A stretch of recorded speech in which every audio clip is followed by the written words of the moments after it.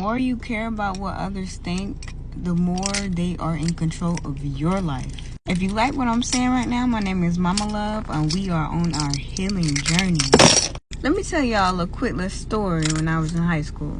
Something happened to me when I was a child to make me care about what others think about me. So when I was in high school, I always asked for the opinion of my friend or a close friend that I had. Even my brother, like, I'd be like, do I look okay? Do my hair look okay? I was the type of girl that I would go around and have my hoodie over my head, even if my hair is done. I had so much anxiety that I used to carry. I would get so nervous when somebody would talk to me. I always thought like, oh, did I do something wrong, or did I say that right? And that is a trauma that many people carry. I don't carry that trauma no more because sometimes you have to like check yourself. But yes, I went through all of that. And I started to realize I didn't rule my life. Other people's opinion did. And I woke up for other people's opinion of me. I didn't know what I liked. I didn't know what I didn't like.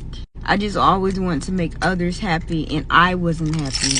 And I had a self-identity crisis until I realized the people that was around me eventually started to fade away. And you know what's crazy? I asked God to remove anybody that's not for me, and I lost everybody. So I had to go back within. I was alone and I had to go within and ask myself, why do I care about what others think? Why do I have to ask for an opinion of something that I know I like? That's when I really started my awakening. I started learning so much information about spiritual growth. And part of spiritually growing is knowing who you are, as well as knowing you are one with everything, and knowing that you are vibration. If you are a bright, shiny star, do not mold yourself to what other people want you to be. And this is a message for somebody, I don't know who. I just picked up my camera and started recording.